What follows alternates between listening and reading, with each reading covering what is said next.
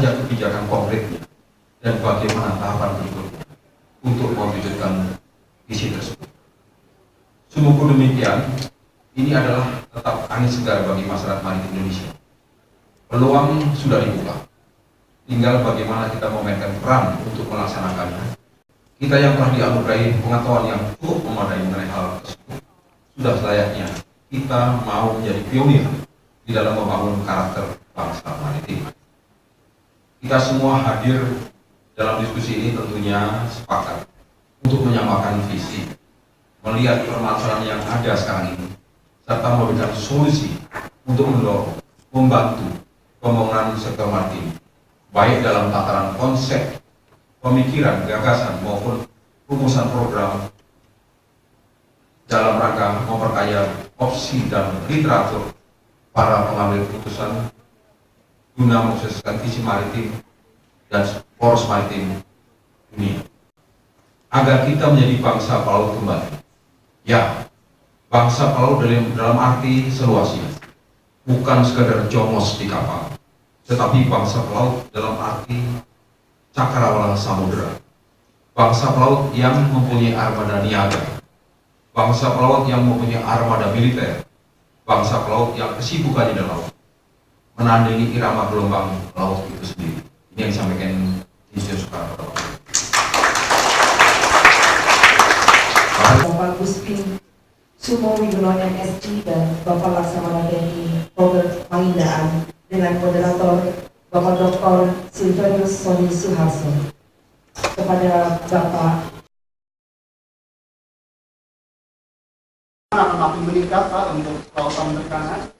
Ini dia laut kita ya, dari memang 72% termasuk zona ekonomi laut.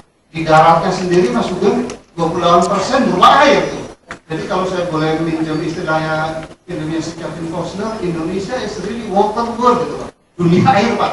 Tapi hanya Pak Robert dan kita aja nih yang cinta laut, dan yang lainnya pada takut sama laut karena Nyai Roro Kidul paling tinggi. Nah ini alasan kita tadi jadi 1.500 triliun US dollar Pak.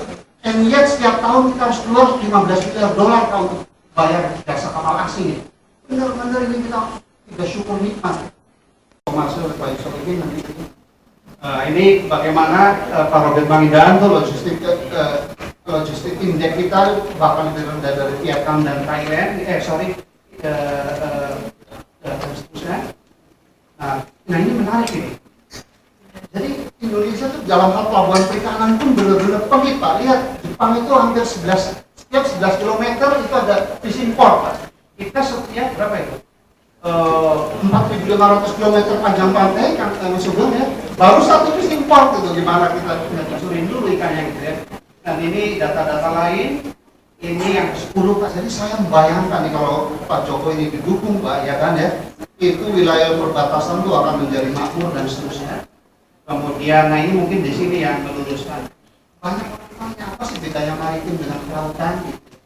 Jadi kalau kelautan itu, jadi marine ekonomi atau ekonomi kelautan adalah seluruh aktivitas ekonomi yang berlangsung di wilayah pesisir atau lautan, dan aktivitas ekonomi yang adanya di gunung pun Bapak Ibu.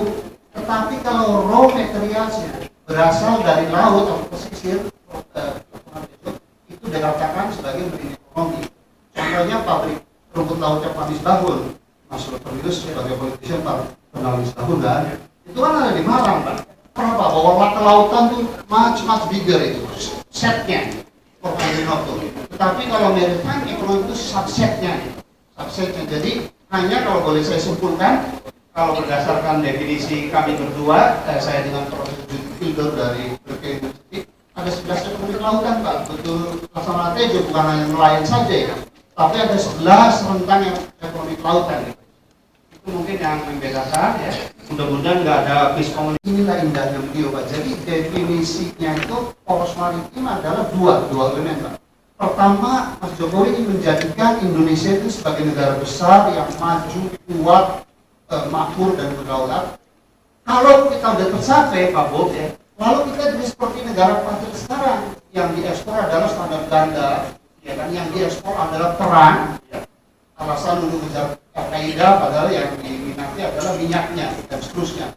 lihat bagaimana Cina Supaya saya mau mengajak kita melihat logo ASEAN ini apa sebenarnya. Logo ASEAN ini ikatan padi. Padi tidak tumbuh di laut.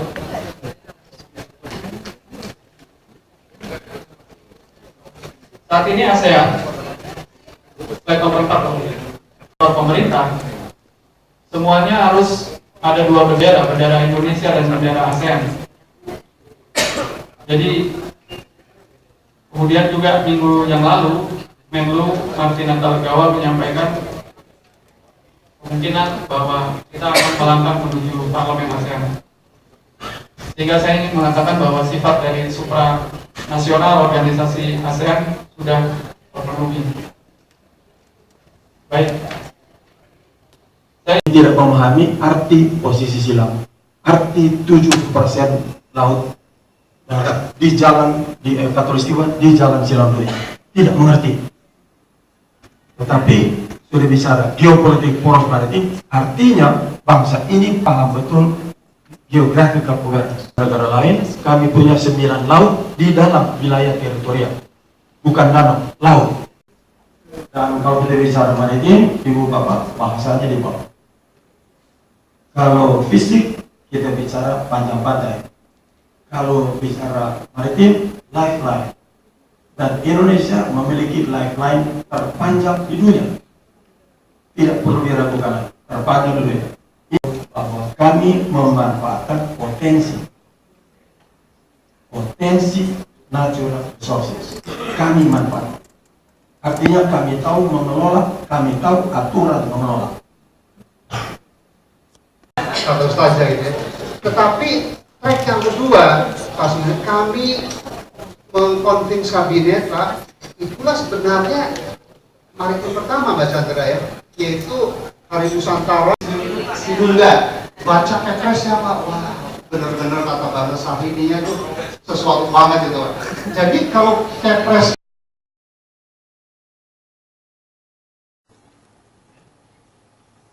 lihat misalnya Merak Bakauni itu bukan itu tanda bahwa kita menempatkan urusan atau pelayanan yang sampai sekarang kita menjadikan 700 jiwa penduduk sebagai tumbal pembangunan, nanti akan bertambah terus berkali lipat. Karena kita menggiring penduduk kita terkonsentrasi ke wilayah yang sama.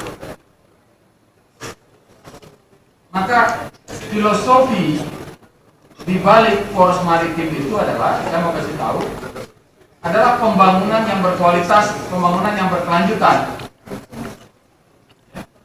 Pembangunan yang berkualitas berkelanjutan itu memperhatikan, menjaga pertumbuhan dan keseimbangan. Memperhatikan pemanfaatan sumber daya yang kita miliki secara efisien, berkeseimbangan. Dari Nusantara, dari Sriwijaya juga bisa 1000 tahun. Yang paling muda mungkin malah Samudra Pasai, ya, cuma 156 tahun. Tapi saya sempat dengan Pak Surya Paloh misalnya ke Tidore, Ternate.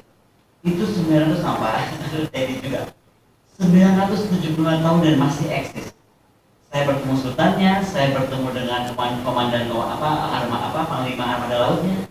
Mereka nggak berbicara Ternate Tidore dalam skop kecil, Ternate Tidore, tapi berbicara tentang bagaimana ekspansi kerajaan Ternate Tidore supaya dikenal di Madagaskar, supaya bisa melakukan trade di ujung bumi manapun itu, dengan kondisi saat itu abad berapa? Soal Patulus dan lain-lain. Adalah bagaimana kemudian kita berani mendobrak karena memang kita punya kemampuan untuk itu. Next. Sekarang kalau kita bicara kenapa kita perlu Dewan Keamanan Nasional, kita itu harus membagi antara tradisional threat atau ancaman-ancaman yang harus digelar militer ataupun ancaman non tradisional threat yang tidak memerlukan kegiatan tindakan militer secara langsung. Tapi dalam pembagian ini sebenarnya semua itu sudah intervensi. Sudah tidak bisa dipisahkan tentang mana yang perlu militer atau tidak. Contohnya energy security. Energy security tools Amerika Serikat itu memerlukan kekuatan navy yang besar untuk dideploy di seluruh dunia untuk mendapatkan bisa berpikir itu, bukan saja mengeksplorasi apa yang kita miliki, tetapi bagaimana caranya berpikir mendapatkan itu dari tempat-tempat yang terjauh sebelum mengeksplor tempat itu. Next, saya ingin bicara soal apa yang Henry Kissinger pikir tentang kawasan ini. Ini Henry Kissinger bicara tahun 70. Dipastikan kawasan ini akan menjadi ramai, terjadi perang sudah pasti. Masalahnya kapan kita tahu. Tapi elemennya sudah ada. Terjadi economic growth. Hari ini Asia adalah sumber pertumbuhan ekonomi. Economic growth ini akan membawa kesulitan atau keterlangkaan energi. Dan bagaimana kemudian kelangkaan energi ini akan membawa kemudian geostrategic ekonomi yang terganggu. Jadi kalau next slide. Nah, ini National Security Council membership. Siapa yang mesti situ? Presiden, Vice President, Secretary of State. Saya tambahkan sebenarnya Menlu. Ini ya. Next lagi, ini Pak Presiden Clinton. Dan NSC itu berubah-berubah, tergantung keperluannya apa. Ini Presiden Clinton tahun 93. Dia rubah NSC-nya, karena dia melihat keterlibatannya itu lebih banyak. Next lagi, udah mau habis. Next lagi, pendekatan yang lain adalah pendekatan yang national interest atau kepentingan nasional harus dicapai berapapun nilainya. 50 negara bubar, yang ada bisa menaikkan saya. Deketin Cina, deketin India, deketin Rusia, deketin Brasil. Kenapa kita mesti beli angkatan laut yang lebih besar lagi kuatannya? Kenapa kita mesti beli skadron udara dan tersebar di mana-mana? Next, sudah mau habis, dan ini yang sangat provokatif. Kepala itu kalau Presiden Jokowi cuma ngomong tol laut sama drone. Coba lihat peta ini baik-baik, ini kutub selatan kan? Itu kutub selatan. Yang garis merah sampai hitam, itu adalah garis kutub selatan yang diklaim oleh Australia. Jadi Australia itu sekarang mendeploy angkatan lautnya, mendeploy angkatan udaranya, semuanya ke sana. Untuk menjaga sampai-sampai mereka kekurangan energi dan food security, mereka akan ambil ke sana. Jadi mungkin ada hal lain yang membuat orang kita selama 40 tahun terakhir ini bukan saya buat-buat, tentu ada saya buat. Katakan kita menikmati 7% tetapi juga teman-teman kita maju juga. Jaraknya kita memang semakin mengecil, tetapi juga semakin kaya mereka itu. Pertama, tekanan produksi, perubahan konten daripada produksi yang sudah kita nikmati. Dulu kita hanya menggunakan mesin ketik, sekarang sudah lain. Dan berikutnya, basis pembangunan ekonomi berubah. Kita lihat, terlambat, terus. Berbasis kekayaan alam, makanya VOC datang ke Indonesia. Kemudian berbasis tenaga manusia, semakin banyak manusia, semakin bagus ekonomi, menjadi andalan. Yang 30 tahun terakhir teknologi dan sekarang inovasi. Nah, saya mau menempatkan ketika kita kekayaan alam atau inovasi. Saya kira bicara soal laut tetap merupakan kekayaan alam. Sejauh mana ini bisa membantu daya saing ekonomi Indonesia, kita lihat pada ujungnya. Adalah untuk memperlancar supply chain ekonomi. Yang saya dengar pernah itu, kenapa harga Indomie di Jakarta 500, di Jaya 5.000? Jangan salah, tapi tentu ada biaya transportasi. Tetapi kenapa Indomie tidak diproduksi di dekat Jaya atau di Papua?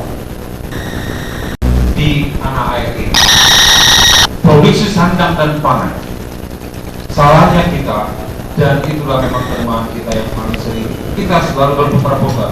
12 tahun lalu persoalan Indonesia adalah apakah kita kurangi subsidi BBM atau tidak. Saya masih ingat. Sekarang ini masih itu. Defisit dari APBN itu saja kita bicarakan dulu.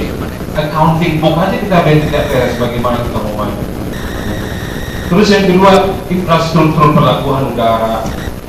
Dan jangan serupa saudara, kalau kita mau ke laut, jarak saja tidak benar. Amerika lautnya luar biasa luas. Ini harus diberi kata progresif revolution. Tapi mau memberi progres dicapai dengan secepat-cepatnya.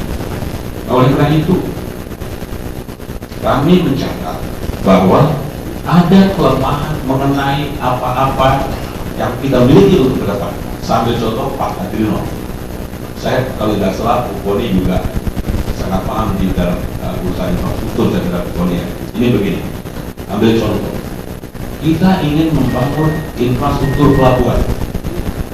Saya mendalami banget, ya, mendalami betul mengenai masalah ini. Itu bertanya tadi karena menyinggung mengenai ASEAN dan juga khususnya Kementerian Luar Negeri, karena saya berasal dari Kementerian Luar Negeri, asal retired ambassador. Ini mungkin sebagai masukan dan boleh disampaikan kepada Pak Jokowi. Di sisi maritim lebih dahsyat, lebih spektakuler daripada Pritok, Pak. Atau kalau belum tahu, saya akan memberitahu sekarang sebagai masukan, Pak. Batasan antara Papua dan Papua Nugini, lautnya, zona airnya itu tidak tahu dijaga ketat atau tidak, tapi banyak masyarakat asli Papua yang mati di tempat itu karena tidak dijaga pun. Saya katakan bahwa keamanan dan pertahanan bisa saja positifnya ada, bisa negatifnya ada di Papua. Positifnya, Papua zona aman, ya, aman tanda kutip. Negatifnya, masyarakat Papua merasa hidup di tanah yang kalau dibilang militer sangat menonjol. Saya lihat mengajar tiba-tiba panser lewat, tiba mobil apa macam-macam lewat, ting gitu. Tidak aman di Papua. Tolong bilang Pak Jokowi, saya sarankan kalau bisa jangan memperhatikan otonomi plus yang dibicarakan sekarang, tetapi mengadakan dialog. Terutama dialog itu harus ada baseline survei duluan untuk mengetahui secara saintifik. Ini scientific based approach untuk menghadapi masyarakat di Papua. Saya bicara karena saya adalah perempuan intelektual Papua. Itu dari pandangan saya sebagai perempuan, bukan laki-laki. Coba perhatikan Papua, karena Papua ini konflik yang terjadi itu secara terus-menerus. Permintaan merdeka itu tetap ada di dalam setiap orang Papua. Itu yang terjadi. Nah, Wabarakatuh, salam sejahtera bagi kita semua. Terima kasih.